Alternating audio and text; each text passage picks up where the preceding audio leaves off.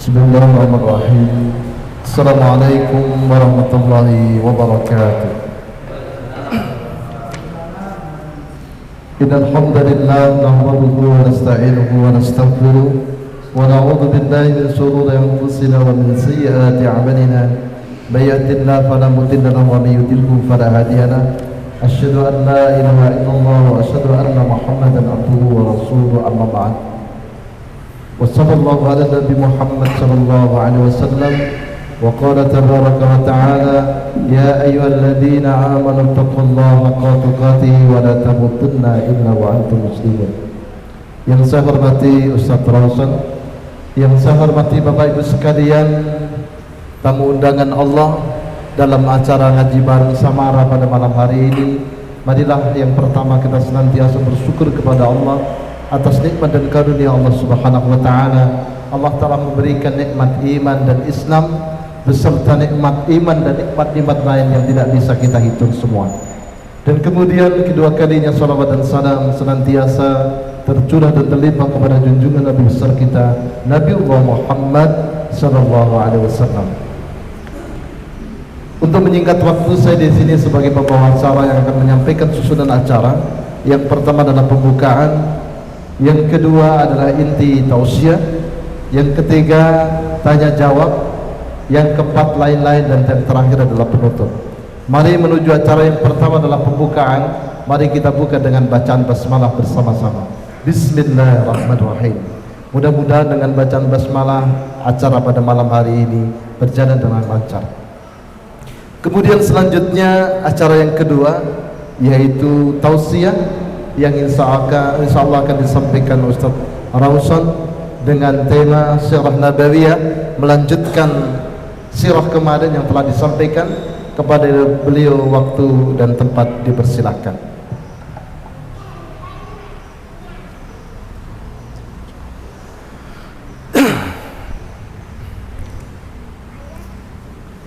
Assalamualaikum warahmatullahi wabarakatuh.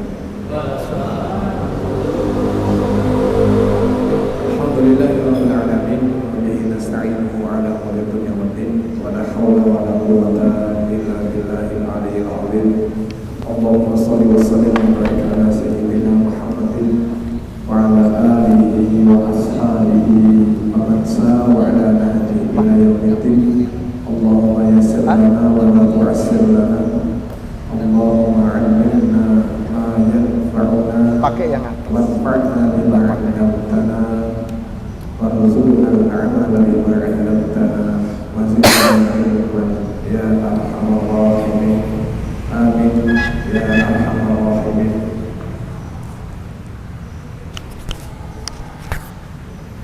Jamaah yang kami muliakan, kemarin telah kita sampaikan bagaimana kepengasuhan kakek Rasulullah SAW, Abdul Muttalib. Kemudian bagaimana juga kita mengetahui setelah sepeninggal kakeknya Rasulullah SAW diasuh oleh pamannya Abu Thalib dengan kesederhanaan dan keterbatasan yang beliau miliki. Pada usia beliau 15 tahun, jamaah yang kami muliakan, dan ini juga akan menjadi pengalaman bagi Rasulullah SAW. Terjadi konflik antara orang-orang Mekah dikarenakan adanya pelanggaran ini adalah pelanggaran sucian Al-Haram. Jelas enggak? Sebagaimana kita tahu bahwasanya Kurang jelas sedikit. bahwasanya orang-orang Arab itu memiliki hari yang diagungkan. Hari yang diagungkan itu adalah bulan Haram. Demikian pula tempat yang mereka agungkan, yaitu tanah haram. Tetapi terjadi pelanggaran di sana. Pelanggarannya ada salah seorang dari Bani Kinanah, yang mana Kinanah ini sekutunya Quraisy, yang mana membunuh salah satu dari seseorang yang datang ataupun dari kabilah Hawazin dari Najd. Dan hal ini jamaah yang kami muliakan menjadi pemicu terjadinya konflik antara Kinanah bersama Quraisy dengan suku Hawazin. Ya, yang mana nanti di sini kemudian terjadi peperangan hingga 4 tahun lamanya. Walaupun 4 tahun durasi peperangannya, akan tetapi perangnya itu hanya sekedar 4 sampai 5 hari saja. Dan Rasulullah SAW di usia beliau yang masih sangat belia, di usia 15 tahun, beliau ikut andil dalam perang ini. Walaupun tidak langsung berada di barisan paling depan, beliau memiliki peran untuk mengumpulkan anak panah. Ketika musuh memanah meleset, dia mengumpulkan panahnya Rasulullah. Dikasih di barisan depan, dikasihkan kepada paman-pamannya. Dan hal ini menuju puncaknya ketika terjadi kezaliman yang dilakukan oleh orang Quraisy di saat ada seorang pedagang dari kota Yaman yang kemudian pedagang ini menawarkan barang dagangannya, terjadi kesepakatan jual beli. Namun yang terjadi justru orang dari Quraisy ini tidak memberikan harga yang telah disepakati, membawa kabur barang yang telah dia beli. Harga jualnya dia tidak memberikannya, sehingga orang dari Yaman ini kemudian berteriak di Jabal Abu Quraisy, meneriakkan lantang kepada suku Quraisy agar mereka bersikap adil, karena dia tahu dia ini orang asing dari luar kota Mekah yang berdagang di Mekah. Kalau namanya orang asing pasti tidak akan mendapatkan loyalis yang melakukan pribumi setempat. Justru pribumi ini banyak penduduknya, tapi ternyata sebagian dari orang-orang Makkah tergerakkan hatinya untuk kemudian menuntut keadilan agar ditegakkan. Jamaah yang kami muliakan, tidak selang beberapa suku dari Quraisy ini, dari Hashim, dari Abdul Muttalib, ya, kemudian beberapa suku yang lain yang kemudian berkumpul di rumahnya Abdullah bin Jum'an untuk merundingkan bagaimana mereka menyikapi maraknya kebohongan yang belakangan ini terjadi. Sehingga pada waktu itu terjadi perundingan, sampailah dikenal perundingan ini dengan Hilful Fudul. Hilf itu sumpah secara bahasa artinya. Al-Fudul, hal yang sia-sia. Kenapa dikatakan Al-Fudul? Karena sesuatu yang sia-sia, mencuri, membunuh dan sebagainya. Dan tentunya orang-orang Mekah waktu itu tidak mendapatkan maksudnya mendapatkan solusi dari setiap kebohongan yang terjadi di antara mereka.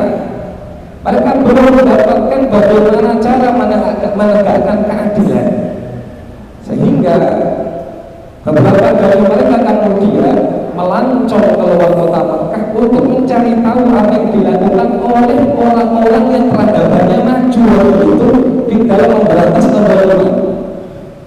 Mereka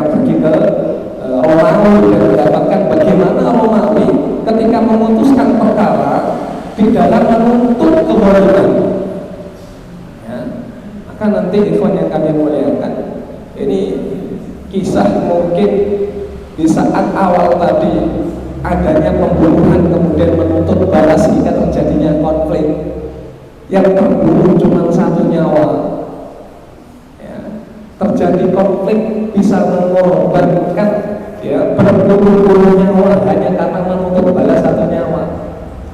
Nah, yang berlaku hanya hukum padang pasir.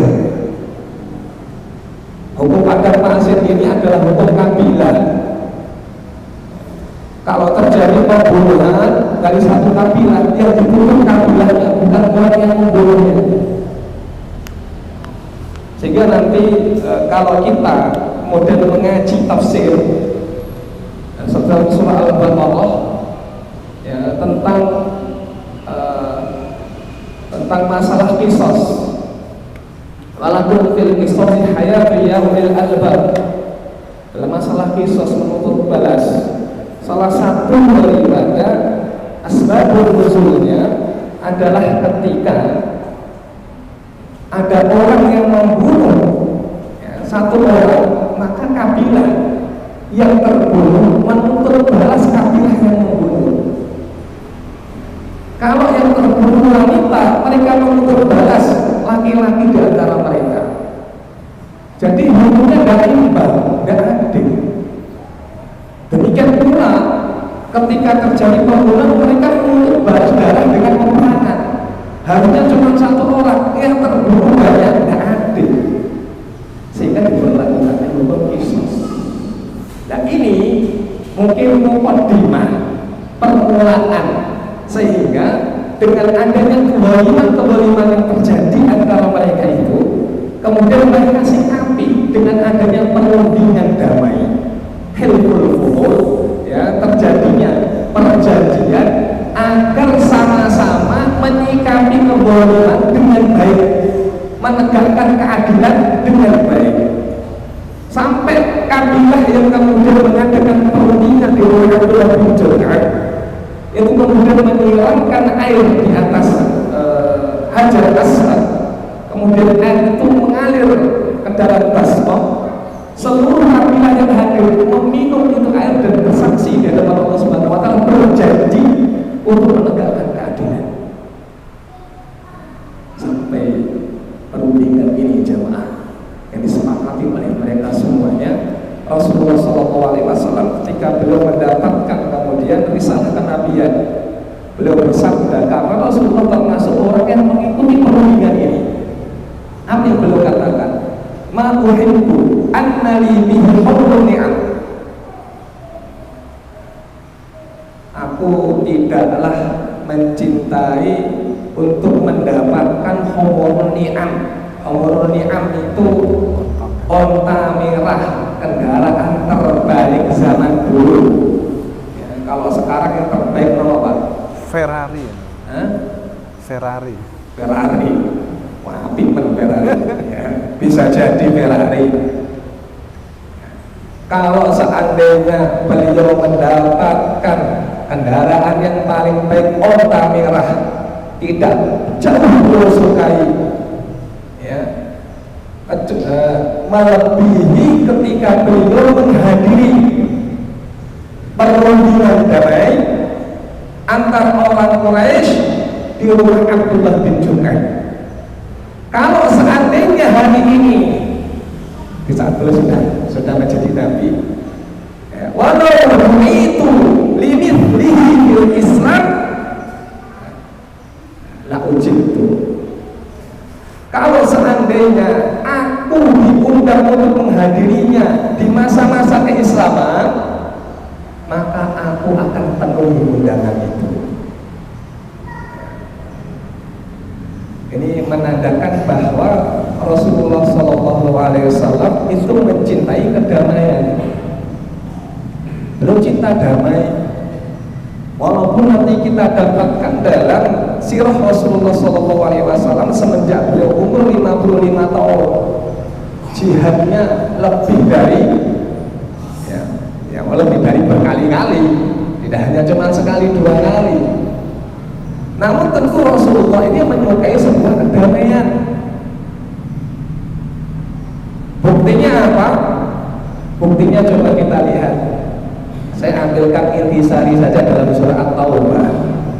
Ya, dalam surah At-Taubah kita mendapatkan di ayat yang paling akhir, ya, Allah Subhanahu wa Ta'ala memberikan gambaran, memberikan pesan kepada kita kaum muslimin tentang karakter Nabi kita Muhammad sallallahu alaihi wasallam. Laqad ja'akum rasulun min anfusikum azizun 'alaihi ma 'anittum harisun 'alaikum bil mu'minina raufur rahim. Dalil yang menyebutkan tentang begitu cintanya Rasulullah kepada umatnya, begitu sayangnya Rasulullah kepada umatnya, bahkan kesulitan yang menimpa umatnya menjadikan sesak dada Nabi Muhammad SAW. Nabi juga merasa susah dan payah. Nabi itu tidak suka melihat umatnya tertimpa kesulitan. Ya. Ayat ini berada di akhir surah At-Taubah, sedangkan surah At-Taubah itu surah yang keras. Fa'ilam salafal ashurul hurum faqtulul musyrikina haitsu wajadtum. Kalau sudah berakhir masa-masa Ashhurul Hurum faqtulul musyrikin, bunuh orang-orang musyrik. Wa qatiluhum wajahidu bi amwalikum wa anfusikum fi sabilillah dzalikum khairul lakum in kuntum ta'lamun. Surah At-Taubah saking kerasnya meminta kepada kaum muslimin untuk memperlakukan orang-orang yang memusuhi Islam juga dengan keras. Namun di penghujung ayatnya justru diceritakan bagaimana ya, Rasul itu memiliki kelembutan. Ini menandakan ikhwan bahwa di satu sisi Islam harus tegas, bahwasanya Islam ini dibawa oleh orang yang memiliki kelembutan hati, ketenangan jiwa.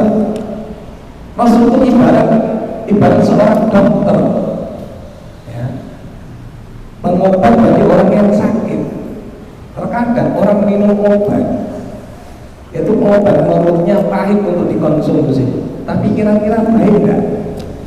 Baik. Itulah mengapa ya, ayat ini disebutkan ya, bahwasanya Rasul itu memiliki perhatian penuh pada umatnya. Sedangkan ayat ini ditempatkan di surah At-Taubah. Baik, jamaah yang kami muliakan,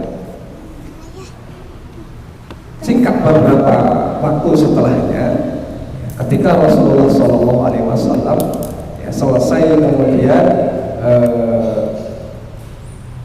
menghadiri daripada Hilful Fulul itu tadi, Rasulullah SAW mencapai umur sekitar 20 tahunan ke atas, sekitar 25 tahunan. Di saat itulah sudah tersebar di antara orang-orang Makkah nama Al-Amin, gelar Al-Amin. Rasulullah itu amanah dan dapat dipercaya karena beliau sering kemudian berdagang, membawa dagangan orang-orang Quraisy, orang-orang Mekah. Kemudian dagangan itu kembali dengan untung yang luar biasa dan dengan amanah yang luar biasa. Sampailah kabar itu di telinga Khadijah, Ummul Mukminin, ibundanya kaum mukminin. Khadijah ketika mendengarkan akan berita ini tertarik untuk memperkerjakan Muhammad. Lantas Rasulullah SAW diminta oleh beliau untuk memperdagangkan dagangannya ke kota Syam. Kebiasaan orang Quraisy kalau musim panas ke kota Syam, kalau musim dingin ke Yaman. Untuk diperdagangkan itu barang dagangannya Khadijah. Ketika Rasulullah berangkat, diberikanlah barengan teman, seorang bulan, seorang anak remaja yang bernama Maisarah. Ya, Maisarah itu laki-laki lah,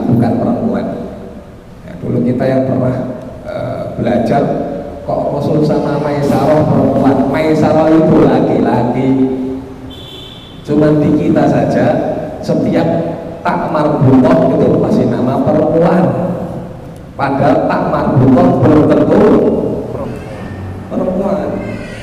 Seperti Hamzah, hak terakhirnya tak marbutoh, laki-laki.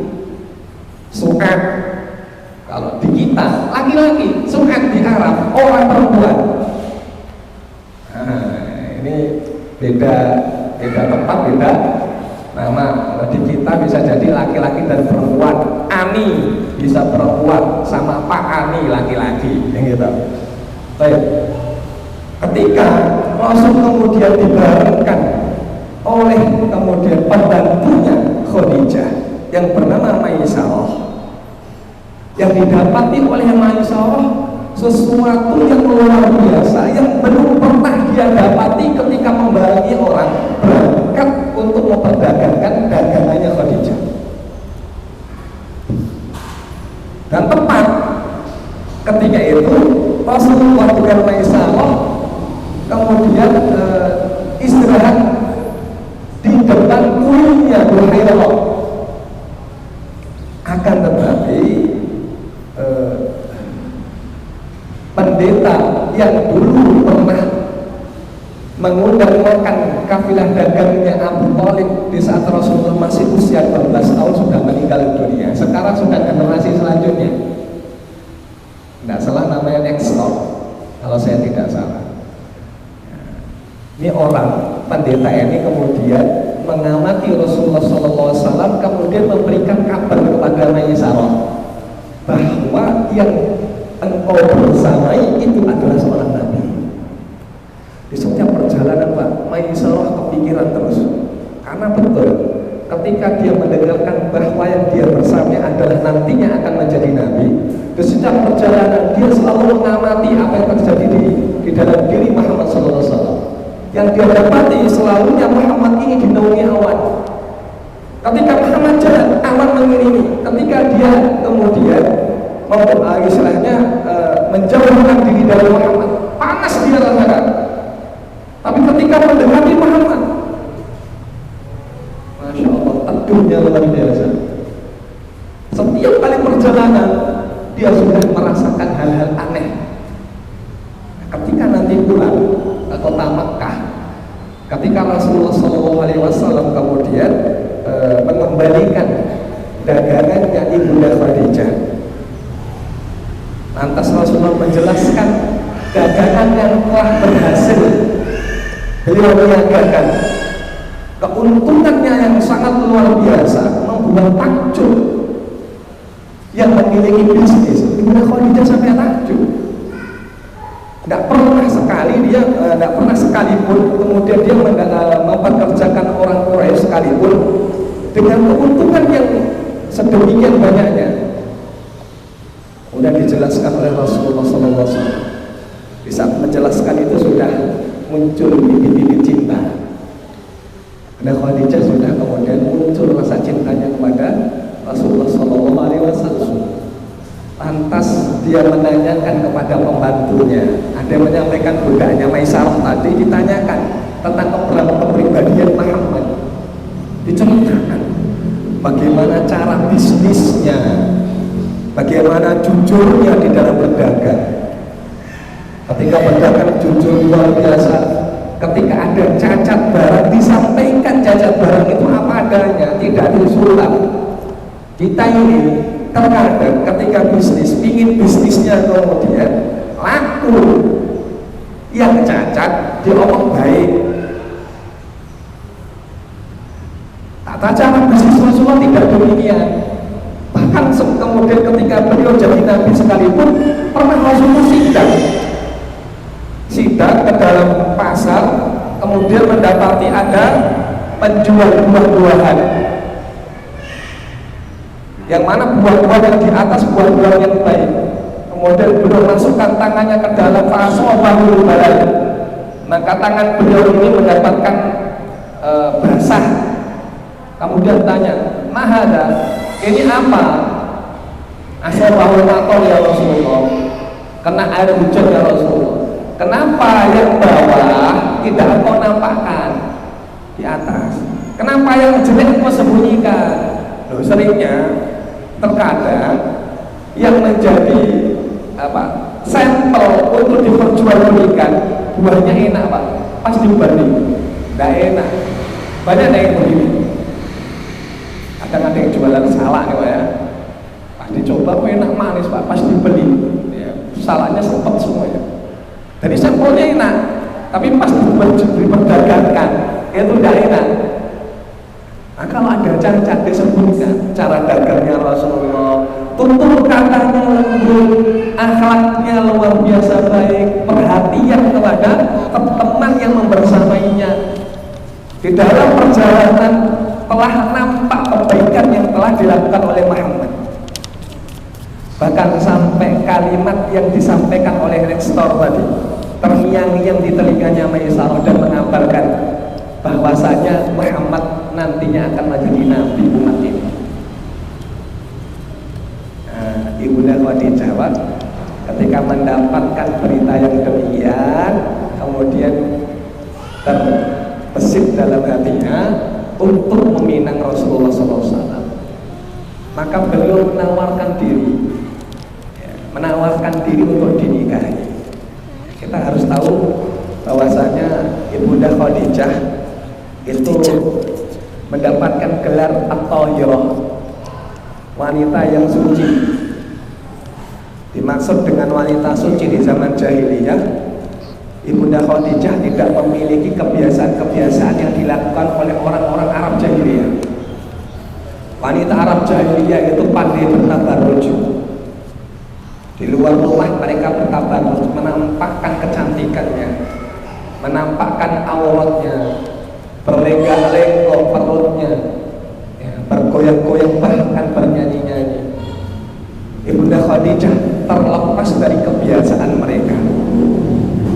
Demikian pula wanita jahiliyah itu kalau sudah siap menikah, mereka akan memberikan memberikan tanda bendera khusus di depan rumah, yang semua orang jahiliyah bisa memahami bahwa wanita itu siap untuk menikah. Kalau ada bendera yang seperti itu, maka setiap laki-laki yang ingin kepada wanita tadi memasuki rumahnya dan menggaulinya. Sampai nanti kalau sudah mendatanginya 10 orang laki-laki, kemudian dipanggillah dukun ya, untuk memutuskan perkaranya. Maka setiap laki-laki yang pernah mendatanginya dikumpulkan. Kemudian anaknya, kalau misalkan lahir anak di bawah anak itu, kemudian dinasabkan kepada fulan yang telah menggaulinya salah seorang dari mereka. Atau lihat ini kebiasaan orang-orang Arab jahiliyah, tapi hal itu tidak pernah dilakukan oleh Ibunda Khadijah.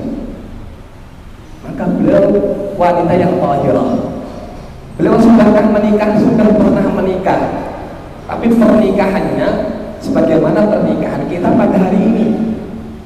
Seorang lelaki yang menghendaki wanita tersebut mendatangi walinya, meminta anaknya. Itulah yang dilakukan oleh Ibunda Khadijah yang beliau alami. Beliau sampai 2 kali menikah ya. Kemudian setelah beliau menjanda, beliau ingin kemudian menikah lagi. Dan yang diinginkan adalah Rasulullah SAW Muhammad. Padahal banyak laki-laki Quraisy, baik dari pemuda, baik dari orang terpandang, yang datang menawarkan diri melamar Ibunda Khadijah. Tapi beliau menolak karena memang mungkin belum memiliki kriteria tersendiri. Beliau menolak. Tapi ketika melihat Muhammad, beliau tertarik. Maka beliau kemudian bercerita dengan kawannya yang bernama Nufaisah dan menceritakan keinginannya kepada Nufaisah.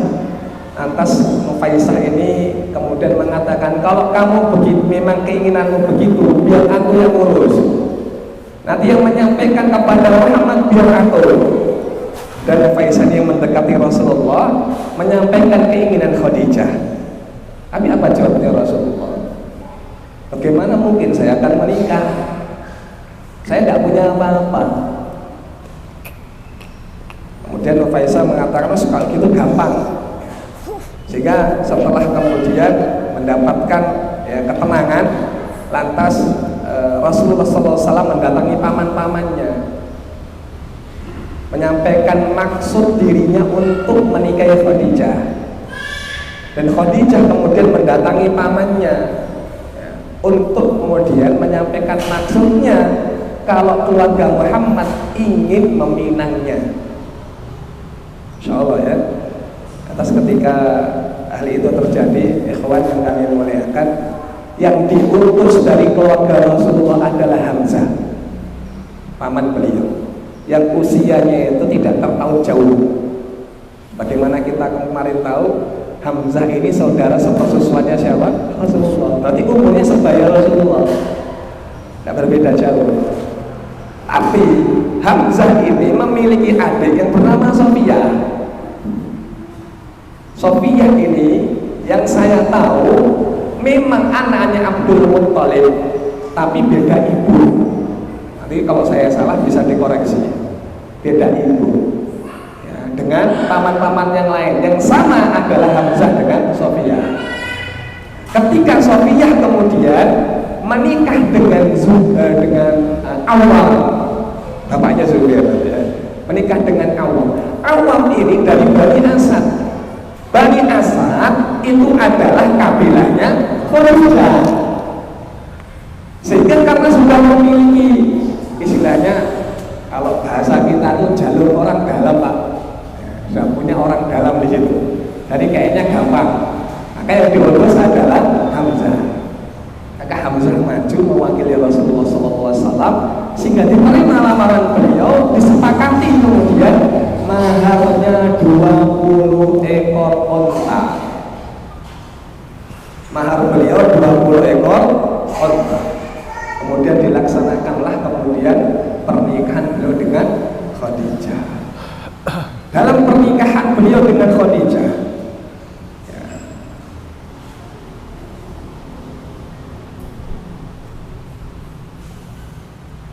Dr. Zaid bin Abdul Karim dalam kitab yang beliau tulis Fiqh Sirah, banyak sekali kemudian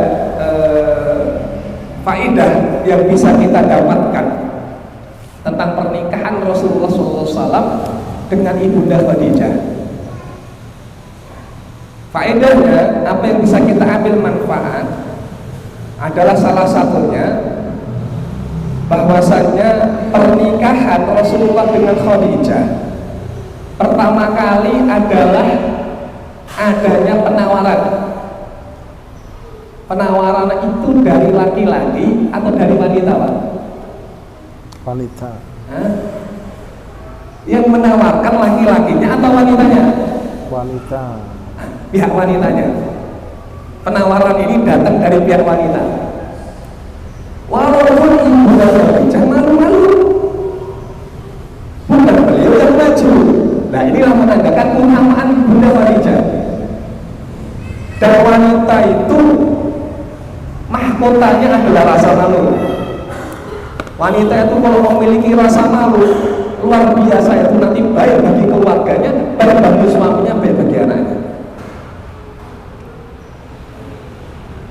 Yang menawarkan adalah dari pihak wanita, dan ini memberikan pelajaran penting bagi kita, terutama auliyaul umur, para wali-wali ya, wali-wali wanita, wali-wali anak wanita. Tidak menjadi hal yang negatif, Pak, kalau jenengan menawarkan siapa yang menjadi ya, Pak, perwalian Anda, anak Anda, adik atau keluarga dekat untuk dinikahi oleh laki-laki yang soleh. Tidak menjadi hal yang negatif, diperbolehkan. Terus kalau frontal wanitanya langsung yang meminta, yuk boleh, tidak dilarang kok. Terlebih lagi kita yang menawarkan. Dulu di zaman Rasul ada sahabiah yang langsung dengan frontal mendatangi Rasulullah, menawarkan dirinya. Ketika Rasul dengan para sahabat di majelis seperti ini, datang seorang wanita, ya Rasulullah, ini ahadun nasi ilaihi, ya Rasulullah, aku menawarkan diriku, aku hadiahkan diriku kepadamu. Bayangkan tuh, di depan Nabi langsung ngomong begitu. Rasul melihat wanita tadi sekilas, kemudian Rasul menundukkan pandangan. Tokoh Rasul, karena tidak ada jawaban wanita ini, kemudian dulu Pak, lama nggak ada jawaban dulu di situ. Terdiam semua para sahabat, Rasul juga diam. Akhirnya satu orang sahabat kemudian mengangkat tangannya, ya Rasulullah, kalau engkau tidak mau, tidak ada keinginan untuk menikahinya, nikahkan aku dengannya ya Rasulullah. Nah, ini satu orang pemberani gitu ya. Berarti memang boleh menawarkan diri itu boleh-boleh saja. Cuma kebiasaannya wanita itu malu ya. Kalau sudah pernah dinikahi janda biasanya agak berani. Kalau gadis biasanya malu. Mudah Khadijah sudah pernah nikah tapi masih malu. Bayangkan. Nah, ini berarti sebuah pelajaran bagi kita semuanya, bahwasanya kita yang kemudian memiliki adik perempuan, anak perempuan atau siapapun itu boleh untuk kita wakilkan kalau kita melihat ada orang soleh di situ. Itu yang pertama. Kemudian yang kedua,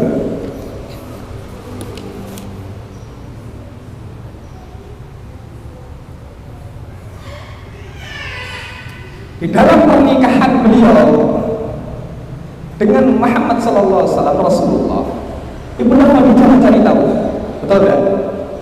Sebelum menawarkan dirinya, beliau mencari tahu tentang siapa itu Muhammad dan seperti apa kebiasaannya Muhammad.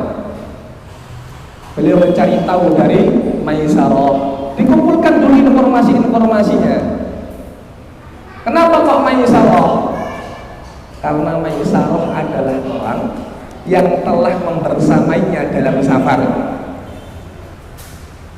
Kak Umar bin Khattab itu Pak, ketika di persidangan ada orang yang memberikan tazkiyah, memberikan jaminan kepada orang lain, bahkan mengatakan aku mengenalnya, dia orangnya baik, dia orangnya seperti ini. Apa kata Umar? Apakah kau pernah safar dengannya? Pernah safar dengannya? Safar itu safar jauh. Pernah membaringnya dalam safar? Kalau dia mengatakan belum, berarti engkau tidak mengenal dia. Kemudian Umar tanya lagi, apakah engkau pernah bermuamalah uang dengan orang tadi? Kalau pernah bermuamalah, kemudian tahu bagaimana proses muamalahnya, baru bisa kedapatan dia itu orang baik atau tidak. Baik atau tidaknya seseorang itu Pak akan nampak dalam safar Pak. Karena ini kita dapatkan, pernah kita alami demikian. Ketika safar sama-sama capek, sama-sama dalam kondisi terdesak, ego itu akan naik. Siapa imam dalam safar itu bisa jadi egonya saling meninggi, yang imamnya tidak didengarkan perkataannya. Ini pernah terjadi kejadian seperti ini. Nah, safar itu akan menguat aslinya seseorang, atau akan tahu teman antum aslinya bagaimana, perhatian atau tidak dalam safar. Ketika ada yang sakit salah seorang dari kita, sedangkan perjalanan harus segera dilanjutkan, kelihatan itu Pak, yang perhatian sampai enggak nyaman kelihatan. Maka dalam safar kita akan tahu jati diri seseorang. Kemudian yang kedua, dalam masalah uang, betul tidak? Dalam masalah uang akan ketahuan siapa kita dan siapa dia. Kalau ada istilah seseorang mengatakan, kalau kamu ingin mengetahui jati diri seseorang, kasih aja 100.000. Kasih aja 100.000, harga yang sangat murah untuk mengetahui orang itu seperti apa. Nah, kadang kan gitu Pak. Kalau pas bisnis bareng, nah, akan ketahuan ini. Muamalah bareng akan ketahuan seperti apa asli orang ini. Nah, masalah uang ini orang kan kadang godok-gontokan. Betul apa betul? Halo, betul apa betul? Orang godok-gontokan masalah duit, bagi-bagi hasil godok-gontokan. Maka yang apa yang dikatakan Umar ini ada betulnya. Memang begitulah asli seseorang. Kita akan mengetahui asli seseorang di kala kita bermuamalah ataupun di dalam safar. Maka apa yang dilakukan oleh Bunda Khadijah sesuatu yang sangat tepat itu. Maka kita para laki-laki ataupun para perempuan nanti yang akan menikah, sebelum menikah cari tahu terlebih dahulu siapa yang akan kita nikahi, agar kita ketika menikah tidak tertipu dengan pencitraan sebelumnya. Orang itu kalau sebelum nikah semuanya pencitraan, Pak. Jadi apa buatan? Pencitraan semua itu. Ketawanya pas sudah nikah itu. Diisi jari ini, katanya dulu begini sebelum nikah orang hebat ini. Setelah nikah ketahuan belakangnya semua itu. Makanya kalau antum ingin cari tahu tentang kebenaran seseorang, itu dari 4 macam orang yang mengetahui siapa kita sebenarnya, Pak. 1, teman dekat, teman sejawat, ya, teman dekat. Yang kedua adalah orang tua. Orang tua itu sangat tahu siapa kita. Yang ketiga adalah istri atau pasangan, teman dekat, kemudian istri atau pasangan, kemudian yang ketiga tadi siapa? Tempat. Pak ya, yang ketiga tadi siapa? Teman dekat, istri, orang tua, kurang Orang satu. tua, pasangan. Yang satu lupa saya. Satu lupa. Nah, satu bisa lupa ya. Bentar.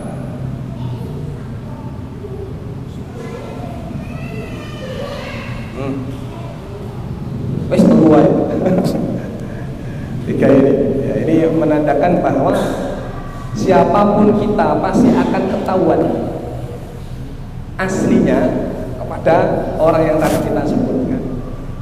Nah, kalau sebelum menikah itu mencari informasi dari temannya, seperti apa kebiasaannya, bagaimana orangnya, ya, karakternya seperti apa, bisa dicari tahu. Walaupun sebelumnya tidak pernah pacaran, ngapain juga pacaran? Pacaran juga pencitraan. Selama pacaran kentut ya diempet toh. Setelah pacaran setiap kali bikin kentut depan muka istrinya. Ini pacaran semuanya pencitraan. Makanya kalau mau nikah itu cari dulu ya informasi tentang pasangan, sebagaimana dilakukan oleh Ibunda Khadijah. Kemudian hikmah yang selanjutnya,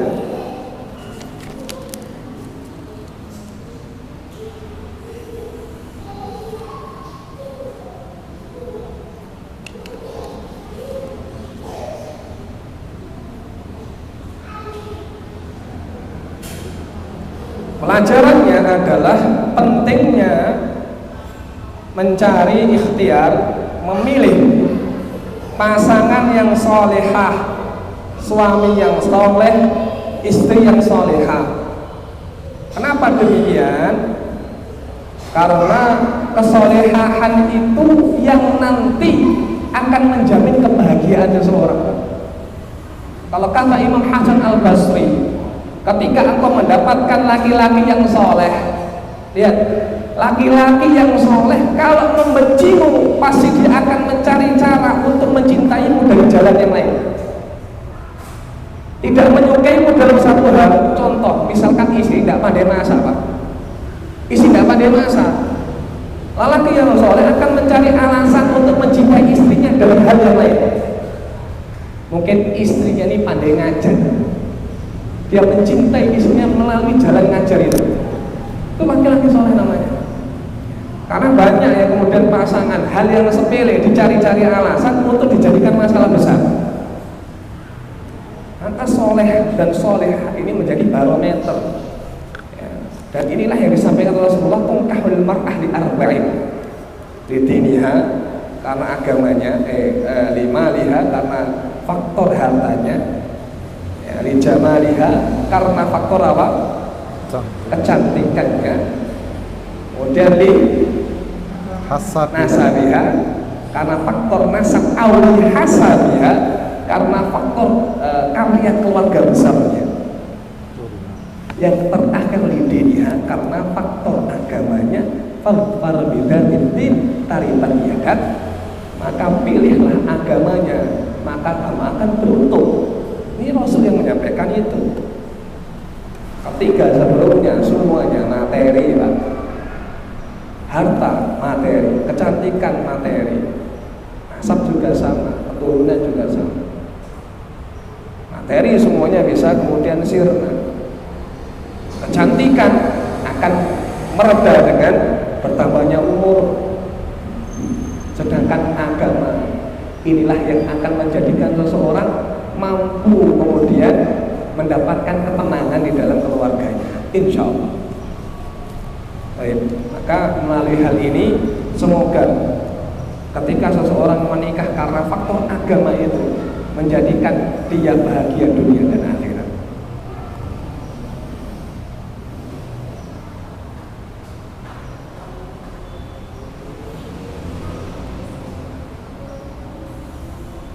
Ini hikmah pernikahan Rasulullah SAW dengan Khadijah. Kemudian yang selanjutnya ini pasca pernikahan dengan Ibunda Khadijah. Nanti mungkin ya, banyaknya kita dalam menyampaikan juga ada beberapa hal pengorbanan Ibunda Khadijah selama dakwahnya Rasulullah SAW. Mungkin lebih akan kita kerucutkan. Mungkin bisa jadi satu materi khusus kaitan tentang Ibunda Khadijah. Bagaimana pengorbanan beliau di dalam menopang dakwah Nabi Muhammad SAW. Rasulullah sampai beliau nanti menikahi istri-istri yang lain sekalipun tidak bisa move on dari Ibunda Khadijah. Tidak bisa move on, Pak. Sampai hal ini yang membuat Ibunda Aisyah cemburu. Tidak ada istri-istri yang membuat cemburu melebihi Ibunda Khadijah. Atau bayangkan itu. Saking cintanya beliau kepada Ibunda Khadijah, Nabi itu ketika berada di Madinah menghadap ke Mekah untuk mengenang Khadijah. Rindu yang memuncak beliau kepada Khadijah. Ini sudah waktu azan. Kurang 2 menit. Kurang 2 menit. Rindu yang memuncak beliau kepada Khadijah menjadikan beliau kemudian mengingat-ingat perjuangan Khadijah. Kita tidak akan mengetahui alasan seperti apa kok Nabi kok sampai segitu sayangnya kepada Ibunda Khadijah, sampai nanti kita pelajari, Pak. Kita cari tahu peran Ibunda Khadijah dalam dakwah menopang Islam ini, sehingga hingga detik ini Islam bisa kita rasakan. Di saat orang-orang kemudian mendustakan Rasulullah, tidak menerima ajaran beliau, justru Ibunda Khadijah adalah orang yang pertama yang justru kemudian mengimani Rasulullah SAW. Beliau ibarat bait yahwi, rumah yang melindungi Rasulullah.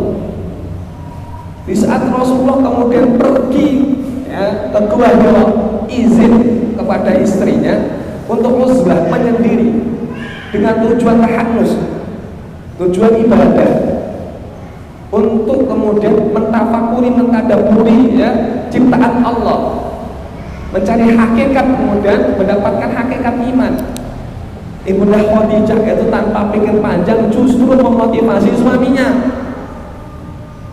justru membiarkan suaminya. Coba itu terjadi dengan suami istri masa kini, Pak.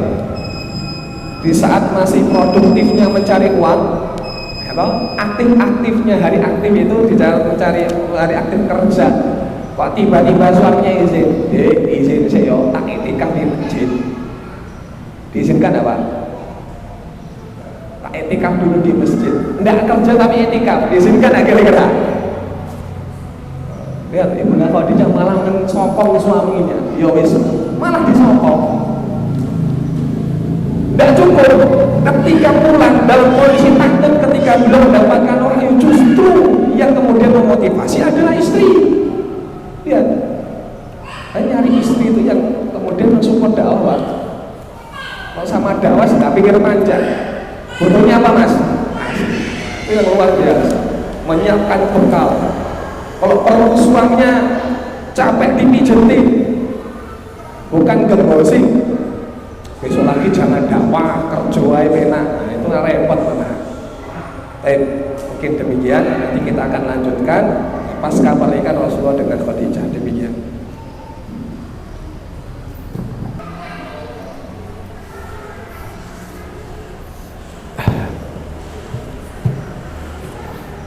Jazakumullah khairan kepada Ustaz Rasul yang telah menyampaikan tentang syarah nabawiyah perjalanan Rasulullah, kemudian Rasulullah dagang dan kemudian dilamar oleh Khadijah dan menikah dengan Khadijah, dan insyaallah akan dilanjutkan bulan depan tentang pernikahan dan kehidupan Rasulullah bersama Khadijah saja. Dan kemudian untuk sesi selanjutnya adalah tanya jawab. Yang mau bertanya Pikirian Pak Dokter.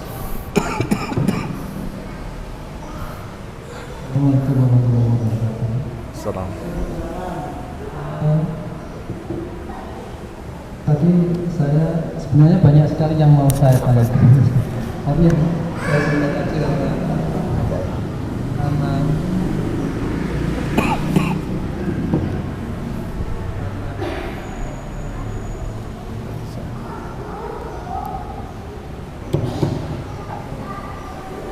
karena tadi panjang yang mau saya tanyakan sebenarnya banyak, tapi saya singkat yang pokoknya aja.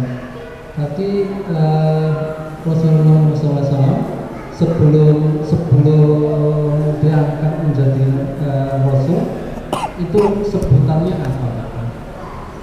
Tadi yang sudah disebut wahai Rasul gitu, dan punya sahabat-sahabat tadi.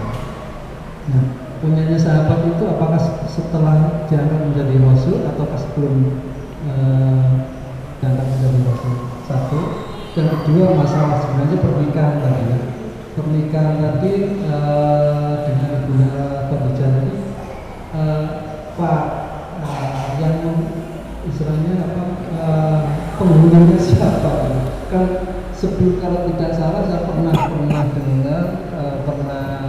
dari ceramah bahwa agama sebelum Rasulullah SAW diangkat menjadi Rasul itu ada agama yang dibawa oleh Nabi Isa. Nabi Ismail. Hubungannya dengan itu gimana?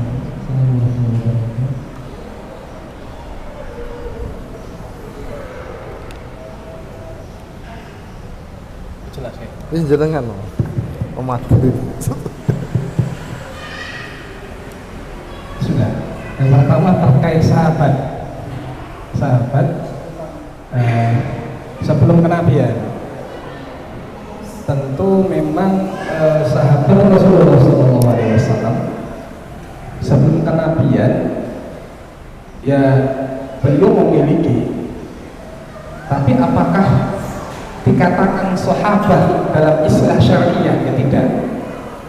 Sahabat dalam istilah syariah itu adalah man laqiyan Nabi, siapa yang bertemu dengan Rasulullah SAW fi hayatihi, di saat Rasulullah kemudian hidup, wa mata ala Islam, dan mati di atas keimanan, itu sahabat. Tapi kalau yang pernah menemani beliau, yang bisa jadi seperti ya yang dulu menemani Rasulullah ketika beliau menggembalakan kambing. Beliau punya sahabat menggembalakan kambing, tapi tidak termasuk kategori sahabat sebagaimana yang dimaksud sahabat dalam istilah syar'i. Karena sahabat dalam istilah syar'i adalah mereka yang bertemu Rasulullah kemudian wafat di dalam Islam. Itu mungkin ya yang bisa saya jawab untuk istilah sahabat. Kemudian yang kedua tadi apa Pak? Tentang siapa penghulunya Rasulullah ya. Sementara pada masa itu kan belum ada Islam, maksudnya yang dibawa Nabi cuman mengikuti agama Nabi-Nabi sebelumnya. Mungkin teknik pernikahan zaman dulu itu kayak apa, mungkin seperti Ustaz ya sebelum saya kalau teknik pernikahannya bagaimana wallahu alam, cuman begini, pernikahan zaman jahiliyah bahkan zaman kafirnya seseorang di dalam Islam, ketika suami istri itu masuk Islam, nikahnya sah Pak, tidak perlu mengulangi akad lagi. Ketika ada suami istri menikah zaman jahiliyah, kemudian masuk dua-duanya ke dalam Islam, maka Islamnya mereka, ya, keislaman mereka itu juga mensahkan pernikahan sebelumnya. Allah a'lam ketika pernikahannya bagaimana saya tidak tahu. Ini mungkin kurangnya ilmu saya tidak tahu. Tapi kalau dilihat dari tadi prosesnya itu antara paman beliau dengan pamannya Ibunda Khadijah. Ini hal wajar yang bisa kita dapatkan dalam pernikahan kita hingga detik ini. Ini penggulunya kawannya semua juga tahu. Belum ada mutin saya. Dapat kedinan ya. Ada pertanyaan tulisan Pak ya, Pak Dokter monggo. Assalamualaikum Ustaz. Assalamualaikum warahmatullahi wabarakatuh. Tadi untuk mencari istri tadi ya, Iya. kan kurang satu ya. Tapi kan sudah disebutkan, dicoba diberi amanah untuk berbelakang ditemani kepercayaannya, Maisarah. Ya, berarti apakah ini masuk yang dimaksud tadi, artinya melalui orang kepercayaan Maisarah tadi untuk mengetahui bagaimana akhlak Rasulullah Nabi itu. Apakah tadi kan orang tua, terus siapa tadi? Teman dekat. Orang dekat. Nah, mungkin terus yang ketemu tadi mungkin temannya itu. Ya. Kemudian gini, Ustaz, zaman dulu dan zaman sekarang ini apa sekarang ini kembali ke jahiliyah? Kalau tadi kan ada 4 mencari istri dan sholihah, itu yang terakhir agamanya, karena ada kedudukannya, ada kecantikannya, ada. Tapi kalau kumpul-kumpul, ya, itu para budo-budo, para janda-janda, misalnya arisan apa-apa itu, ya dirembuk singkatannya. Loh, kowe kok nyalon ke karo aku gadone iki apa duren apa duya? Duya ini duda kaya, keren, duya itu duda kaya. Nah kalau janda itu jaya, janda kaya, gitu. Itu kalau di arisan kadang-kadang itu kalau ada yang duduk janda dan sebagainya. Nah sekarang ini kan Khadijah itu jelas Janda janda kaya cantik, ya akhlaknya mulia. Jadi ini jadi kriteria sebenarnya kalau mencari. Tapi kok banyak yang tidak mau mencontoh Rasulullah. Jomblo-jomblo itu mulai sawit, bukan dada sing kaya, cantik gitu loh. Itu kan apa?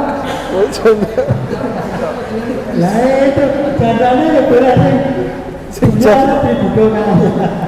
Terima kasih. Assalamualaikum warahmatullahi wabarakatuh.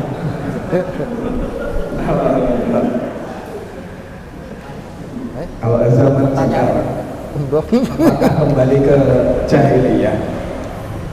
Sabda Nabi Muhammad SAW terkait kahul mar'ah ini mengindikasikan tentang wanita itu rata-rata dinikahi itu karena alasan 4 tadi. Berarti Islam sebenarnya tidak menafikan nikahnya kita karena harta, itu tidak dinafikan, Mbak. Memang ada yang begitu, menikahi wanita karena tadi jaya, janda kaya, ya kan? Menikahi seorang wanita karena memang cantik, karena memiliki faktor nasab yang mulia. Tapi kesemuanya itu tentunya akan lebih, ya, mendapatkan keuntungan akhirat dan dunia kalau karena faktor agama. Jadi memang tidak dinafikan adanya niatan-niatan itu. Ya, kalau sekarang pemuda, Ya cantik ya kaya. ya, kalau ada yang semuanya agamanya bagus, cantiknya ya dapat, kemudian kaya juga dapat, faktor keturunan dari orang mulia juga dapat. Ini kalau ada begini monggo, masalahnya mau enggak dengan kita. Ada sih ada Pak, masalahnya mau enggak sama kita itu.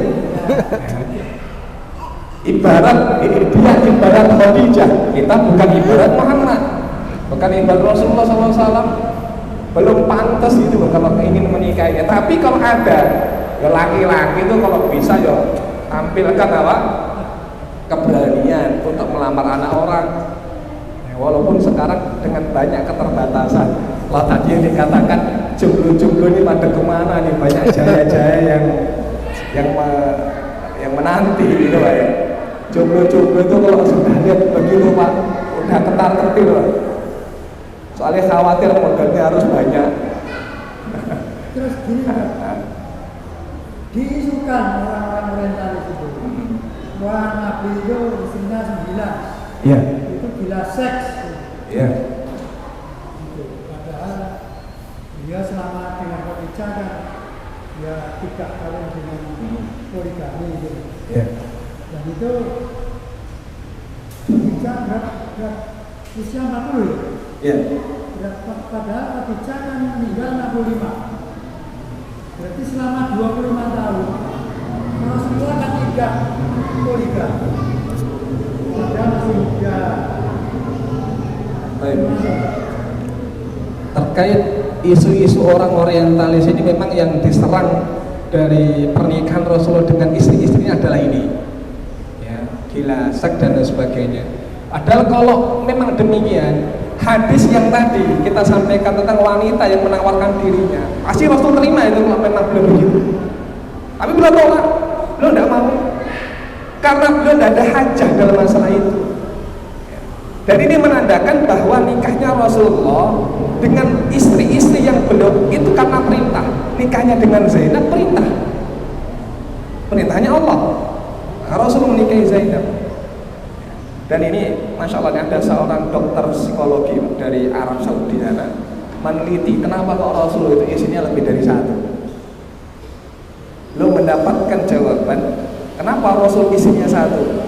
Karena belum cukup hanya satu orang wanita untuk mengabarkan tentang mulia akhlaknya Rasulullah, harus lebih daripada satu. Karena cuma satu wanita bisa jadi berbohong Pak. Bojomu nang mami, wapi. Kayak duit tokeh, coba ya kalau istrinya lebih dari satu. Semuanya kan akan beda-beda. Tapi seluruh istri Nabi pasti tidak akan ada yang mencela akhlaknya Nabi. Dan kisahnya beliau tidak cukup untuk disampaikan satu orang wanita, harus lebih dari satu. Bahkan harus ada 9 tadi wanita yang semuanya nanti akan menceritakan kepribadian Rasulullah SAW yang tiada cacat sama sekali. Bayangkan itu. Oh kita aja dengan teman, satu orang teman menjadi penjamin kita, itu sudah berbeda-beda loh. Oh si Fulan baik, yang satu si Fulan gak kita. Nah ini kenapa Rasulullah memiliki istri lebih daripada satu. Ayo, demikian. Jazakallah khairan katsiran kepada Ustaz Rosan, dan kami minta untuk ditutup dengan doa kafaratul majlis. Demikian dari saya membawa acara. Kebenaran semua milik Allah, kesalahan tidak lain dari kebenaran saya. Ustaz. Subhanakallahumma bihamdika asyhadu an la ilaha illa anta astaghfiruka wa atubu ilaik. Assalamualaikum warahmatullahi wabarakatuh. Waalaikumsalam warahmatullahi wabarakatuh.